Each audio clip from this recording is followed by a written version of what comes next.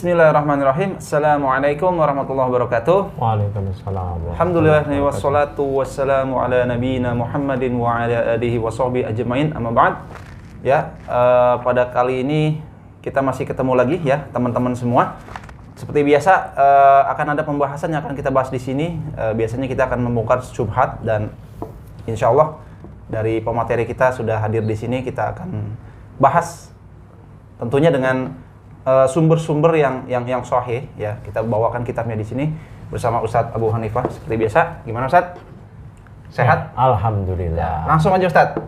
Jadi saya hari ini mau ngebahas gini Ustadz. Ada sebuah peribahasa mengatakan apalah arti sebuah nama gitu. Kalau ini bukan nama yang kita mau bahas, apalah arti sebuah salam. Nah, salam ya. Jadi salam itu syubhatnya adalah ketika digaungkan atau dikampanyekan sekarang itu rame salam lintas agama gitu. Salam lintas agama yang mana isi salam itu menurut saya banyak syubhat gitu di dalamnya gitu ya. Kita cek dulu deh di Wikipedia ya. Apa isi salam lintas agama itu? Nah, kita langsung buka di Wikipedia. Nah, salam lintas agama definisinya adalah sebuah ucapan yang khas dari 6 agama yang diakui di Indonesia. Nah, itu dia. Jadi ada Islam, Kristen, kemudian Katolik, Hindu, Buddha, dan Konghucu. Nah, di mana isinya tersebut? Pertama untuk yang Islam ya, seperti biasa Assalamualaikum, yang seperti kita biasa ucapkan di situ. Kemudian Kristen ada isinya adalah salam sejahtera bagi kita semua atau Shalom. Nah, kemudian Hindu kita ucap untuk dalam rangka bertanya nggak apa-apa ya. Bunyinya adalah Om Swastiastu. Nah, yang di sini definisinya adalah semoga dalam keadaan selamat atas karunia dari Hyang Widi. Nah, ini aneh nih gitu ya, menurut saya. Kemudian Buddha itu salamnya adalah Namo Buddhaya, artinya terpujilah Sang Buddha. Kemudian terakhir adalah Konghucu, salam kebajikan atau Weide Dong Tian, artinya adalah hanya kebajikanlah yang bisa menggerakkan Tian atau Tuhan. Nah, hanya kebajikan apa? Hanya kebajikanlah yang bisa menggerakkan Tian atau Tuhan. Tiang? Jadi Tian itu artinya Tuhan gitu. Kalau bahasa Konghucu. Saya juga baru tahu nih baca nih kan. Jadi Tuhan bisa digerakkan, bisa diperintah gitu. Nah, itu tentunya yang mau kita tanyakan bagaimana konsekuensi seseorang yang mengaplikasikan salam tersebut dalam ketika dia mau pidato, itu kan ramai tuh. Konsekuensinya gimana sih gitu. Karena tadi ada pujian Tuhannya mereka gitu. Kita kan Tuhan kita kan jelas kalau umat Islam gitu. Gimana Ustaz jawabannya Ustaz? Ya, bismillahirrahmanirrahim. Alhamdulillah wassalatu wassalamu ala asyrafil anbiya'i wal mursalin nabiyina wa sayyidina Muhammadin wa ala alihi wa sahbihi ajmain, amma ba'd. Ini salam lintas agama itu mengerikan ya. Salam itu adalah ibadah. Karena kalau kita mengucapkan Assalamualaikum warahmatullahi wabarakatuh, itu dapat pahala. Kalau cuman Assalamualaikum dapat pahala 10, warahmatullah 20, lengkap warahmatullahi wabarakatuh 30. Nah, namun apabila diiringi dengan salam-salam khas agama lain, maka yang tadinya ibadah berubah menjadi tidak ibadah, bahkan menjadi kesyirikan. Waduh.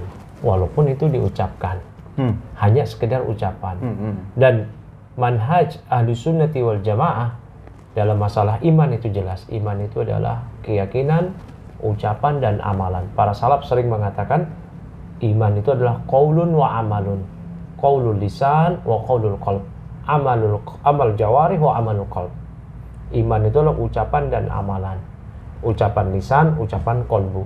Amal anggota badan, amal kolbu. Jadi nggak lepas dari 3 hal. Keyakinan, ucapan, dan amalan. Maka pembatal keislaman juga dengan 3 hal ini. Ditambahkan oleh para ulama satu lagi, itu asyak, keraguan. Maka iman bisa batal dengan ucapan, dengan amalan, dengan keyakinan, atau dengan keraguan. Kalau dengan ucapan jelas laqad qalu kalimatal kufri wa kafaru ba'da islamihim, kata Allah.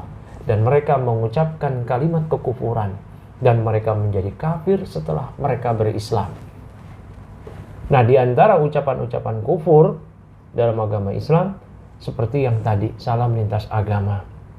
Yaitu kita pada poin-poinnya aja ya, yaitu misalkan tadi Om Swastiastu yang tadi sudah diterangkan di Wikipedia ya. Iya. Artinya apa? Memohon keselamatan Pada si Hyang Widi. Sang Hyang Widi yang jelas itu adalah Tuhannya orang Hindu. ya, hanya orang Hindu. Tidak mungkin seorang Muslim mengucapkan kalimat ini. Dia sudah menyatakan doa iya karena na'budu, iya karena nasta'in. Dia hanya kepada Allah lah kami beribadah, hanya kepada Allah lah, tidak ada yang lain kami memohon pertolongan, yang tidak ada yang mampu memberikan pertolongan kecuali hanya Allah. Nggak mungkin seorang Muslim mengucapkan kalimat tersebut. Ya, nggak bisa dia mengucapkan. Apalagi tadi ada Namo Buddhaya, memuji Siddhartha Gautama sang Buddha, Tuhannya orang Buddha. Nah, ini batil. Seorang Muslim nggak boleh ngucap seperti itu, dan ini haram. Ya, kalau dia tahu ini konsekuensinya, dia masih ucapkan juga bisa kufur ya. Kufur apa? Kufur akbar. Ya, maka ini nggak main-main. Maka janganlah seorang itu karena ingin dianggap sebagai orang sosok yang toleran, sosok yang ramah, yang dapat diterima oleh semua kalangan, akhirnya dia gegayaan seperti ini. Pluralis. Ya. Dan konsekuensinya kan dia nanti jadi mengakui semua keberadaan agama lain. Iya. Dan seorang Muslim nggak boleh seperti itu. Seorang Muslim mesti meyakini firman Allah, Inna dina indallahil Islam. Sesungguhnya agama di sisi Allah hanyalah Islam. Dia mesti meyakini, wa may yabtaghi ghairal islami dinan fala yuqbala min wa huwa fil akhirati minal khasirin. Meyakini ayat ini. Siapa yang mencari agama selain Islam nggak diterima, dan di akhirat dia menjadi orang yang merugi. Dia mesti meyakini firman Allah, innal ladzina kafaru min ahlil kitab wal musyrikin fi nari jahannam. Mesti meyakini ayat-ayat yang semisal ini banyak sekali.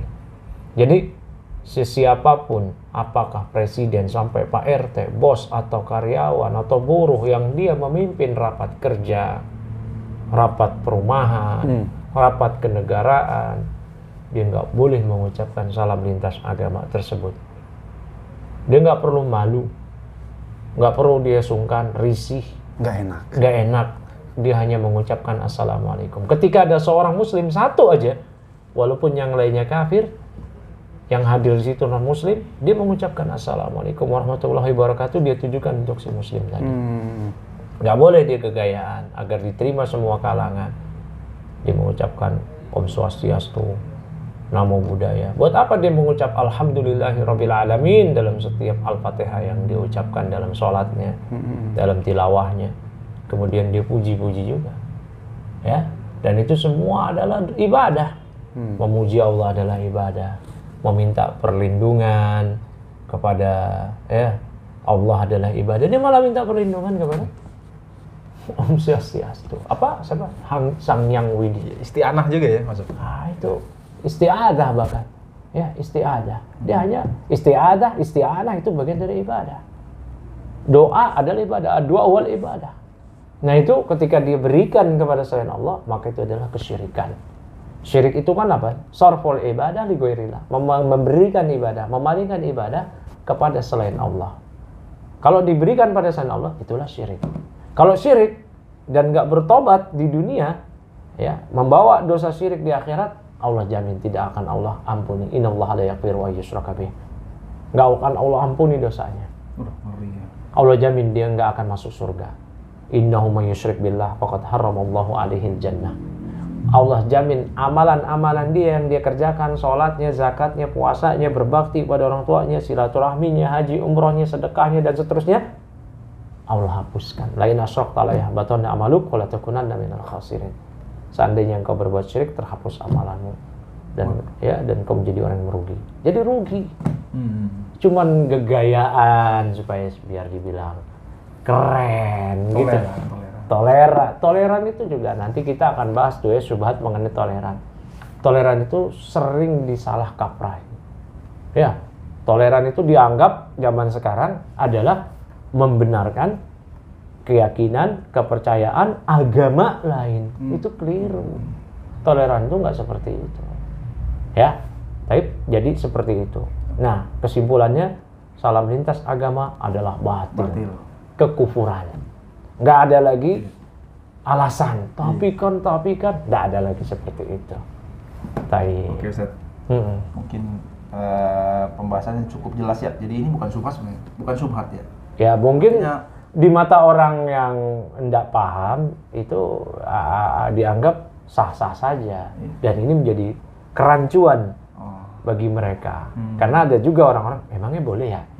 Emangnya boleh ya? Nah, makanya kita hadir di sini buat menghilangkan kerancuan itu. Gitu. Ya, semoga ini menjadi ya penjelasan bagi mereka-mereka yang belum paham mengenai hal ini, dan semoga ini menjadi juga menjadi tanbih, peringatan buat kita agar kita berhati-hati dalam mengucapkan, bertutur, karena ya bisa menyebabkan kekufuran.